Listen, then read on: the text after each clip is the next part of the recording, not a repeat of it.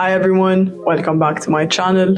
Today we've upgraded. I now have a microphone. Still unsure if it works well or not, if I should hold it up close or at a distance. I mean, it costs $20 and it's connected to my phone, but it's still an upgrade regardless.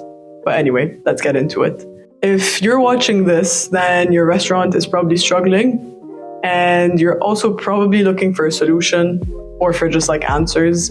So this is exactly what I'm going to do today.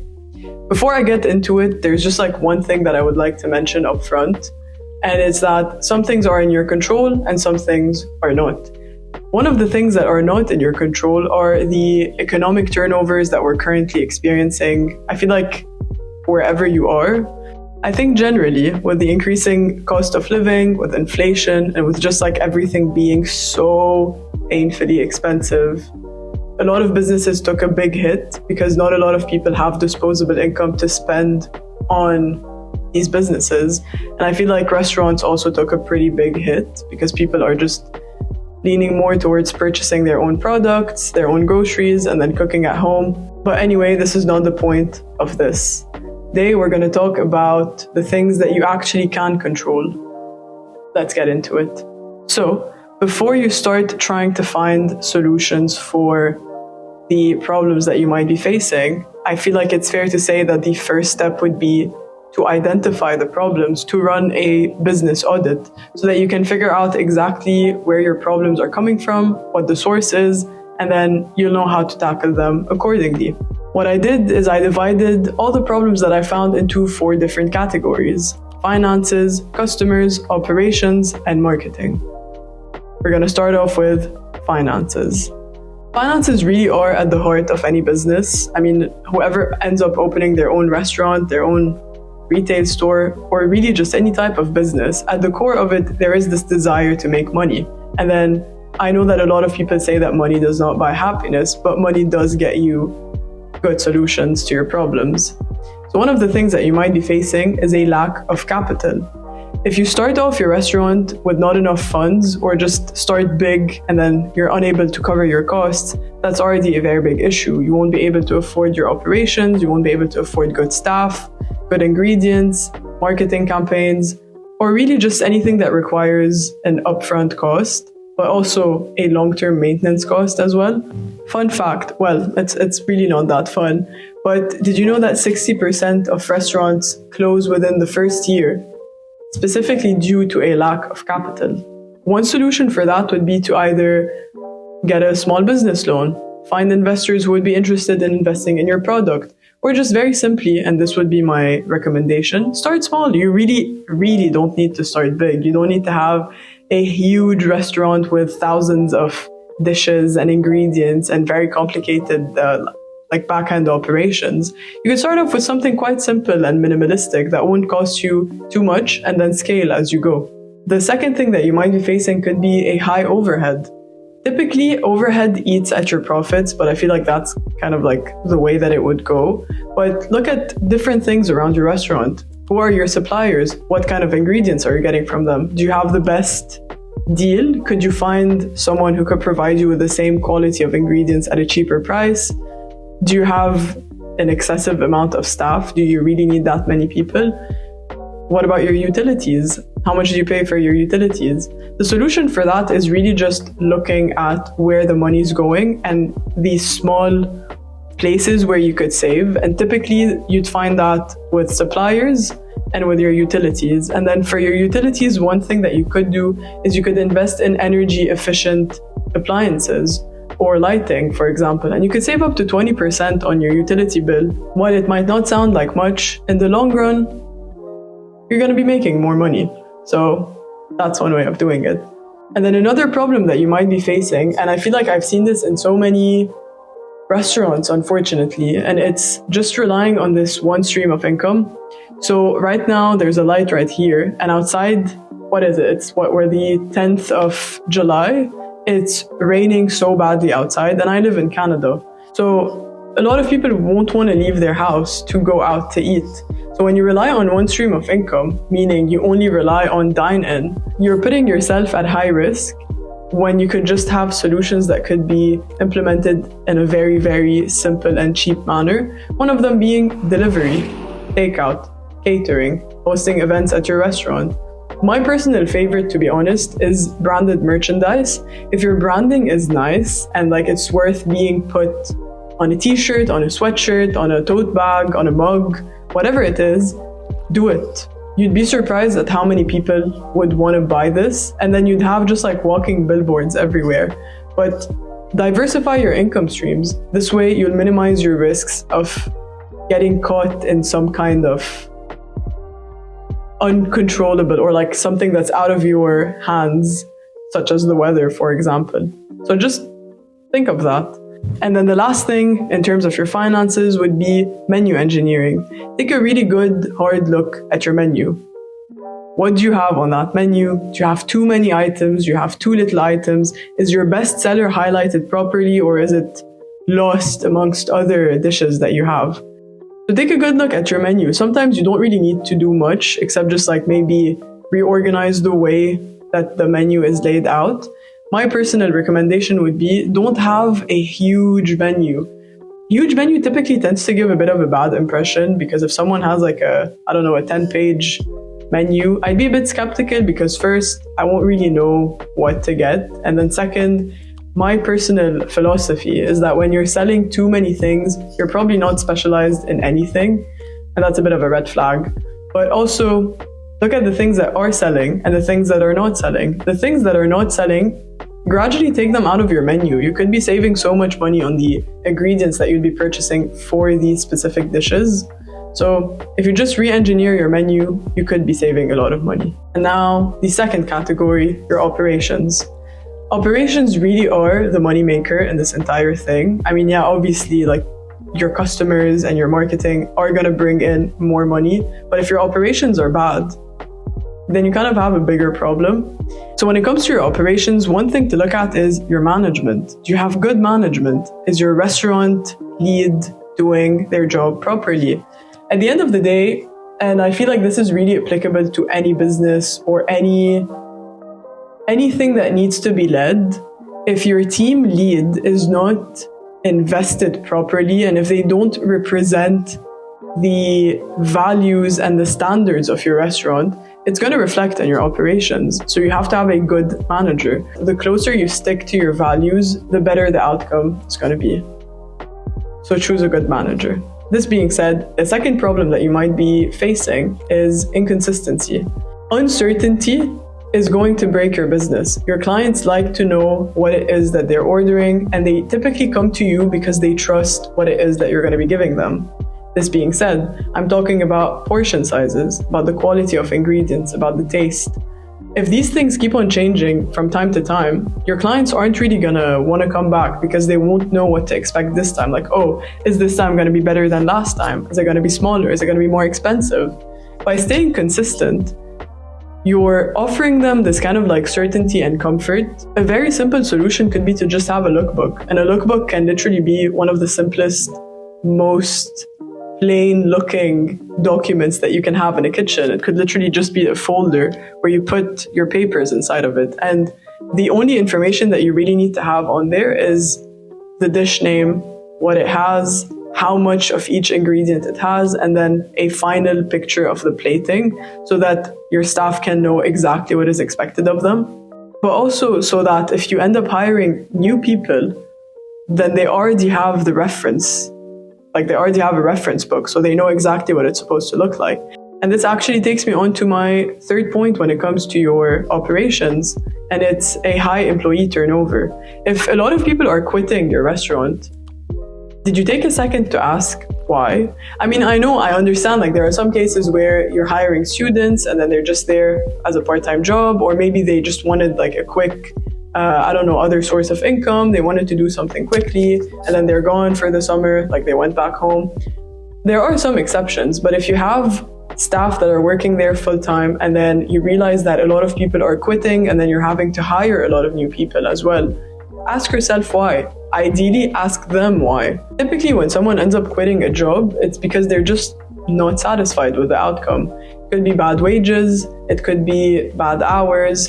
And honestly, I feel like this is one of the biggest deal breakers when it comes to working in a restaurant. If there's no opportunity for professional growth, people don't want to be doing the same thing forever. I mean, everyone wants to go up the ladder. Maybe it's not a corporate ladder, but they do want to go up at some point. So if there's no space for that, they're not going to want to work there. What you could do is you could just increase your wages, maybe work around the tips so that your staff can be compensated better. Give them proper training so that they know what they're doing all the time. Set certain expectations. And ideally, if you can just like incentivize them to do better and then reward them for doing a good job, that would be great for your employee retention. Because at the end of the day, it takes time, and as cringy as it is for me to say that, but time is money. So you don't want to spend all of your time just training new people over and over again because your old ones quit. And then my final point when it comes to your operations would be failure to adapt. I feel like a lot of people don't really talk about this, but in my opinion, everything is temporary, except for one thing, and that is change. Change is constant.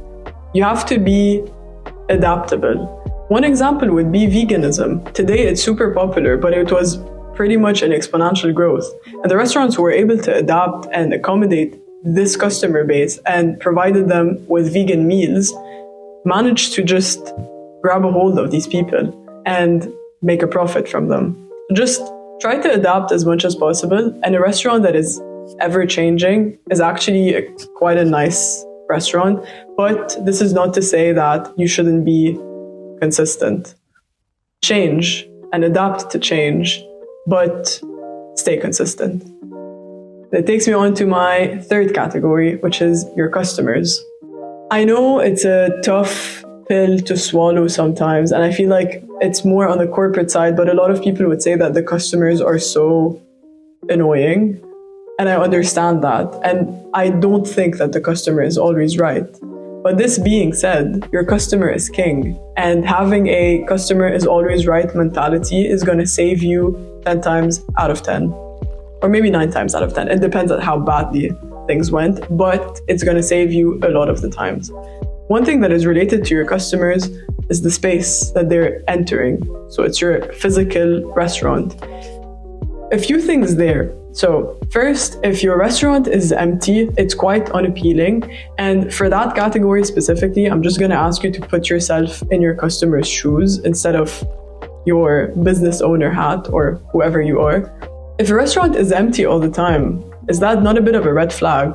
Is it not a bit unattractive? I mean, personally, when I walk in the street, just like doing my thing, looking for a place to sit, with no specific destination in mind, I'm almost never going to go into a fully empty restaurant. If there's no one inside, it raises questions, right? And then another thing could also be cleanliness. Is your restaurant clean? Cleanliness and food are so heavily associated together that you can't have one without the other, right? So like operating a restaurant that is dirty is 100% going to be a turn-off for your clients. Make sure, please make sure that your restaurant is clean. I beg. You could do a few things, just like clean the counters, at least the surfaces that your clients see. Ideally, please also have a very clean kitchen, but just you don't want them to walk into a dirty place. So like just make sure that it's clean, make sure that the floors are clean, that the bathrooms are clean, add fresh flowers, spray a bit of, I don't know, a cool breezy scent. I don't know, just like make it look clean. And then also another thing related to your space, the music, the ambiance. If you're playing a really bad playlist, I can't say that it's a deal breaker. I don't believe that it's a deal breaker, but just make sure that you have a nice, cozy ambiance. You want people to feel comfortable when they're sitting in your restaurant. You don't want them to eat quickly and leave, unless that is your business model. But like, I don't think it is. And same thing with air conditioning. Please make sure it's not 5 million degrees inside. People want to walk in, cool down, or if it's cold outside, to warm up. So same thing. So these are like small things related to your space that you could just work around to accommodate your clients. This being said, another really, really important thing is your customer service. Your front of house staff need to know how to handle problems quickly and professionally. Ideally, without letting it escalate at all and just following the customer is always right mentality.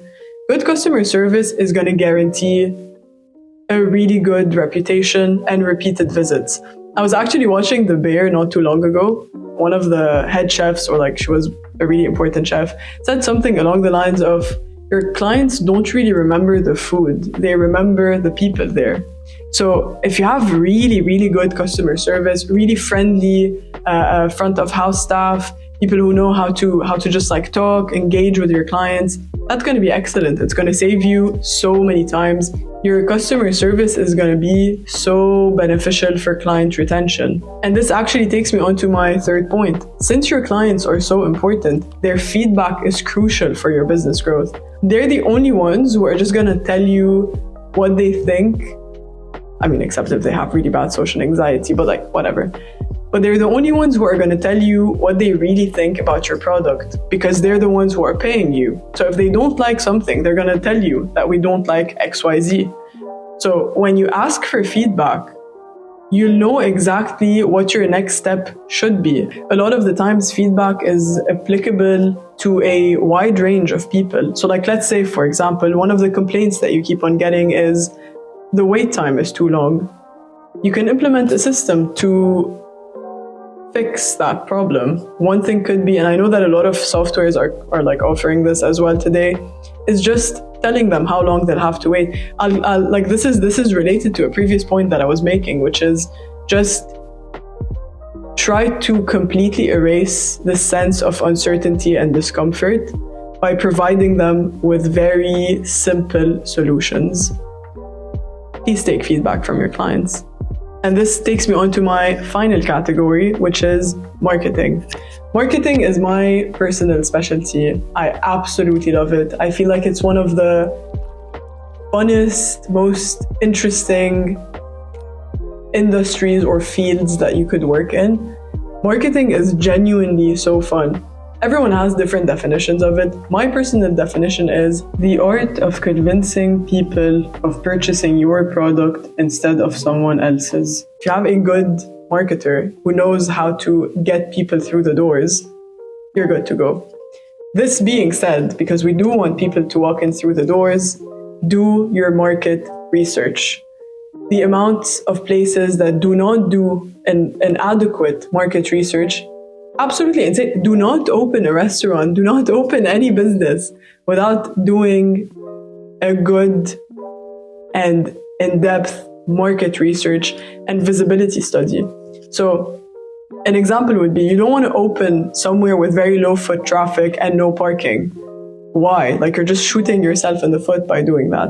A market research is going to give you the answer to that. Another answer that it's going to give you is, who are you targeting? Are you targeting adults? Are you targeting students? Are you targeting families, commuters, workers? Like, who exactly are you targeting? I always compare it to, like, you know, when you go to play bowling and then in some places they just raise I have no idea what they're called, but like they raise the 2 bars so that when you throw the ball, it doesn't fall into the pit. This is literally what marketing is. So do your market research just to be sure that you're doing the right thing. And this actually takes me on to my next point, which is ineffective marketing. Without a market research, it's as if you're just throwing a ball into the wind and just hoping it lands where it's supposed to land. By doing your market research, you know exactly what channels to use, what campaigns to run, who you're targeting, and then what type of messaging you should be using.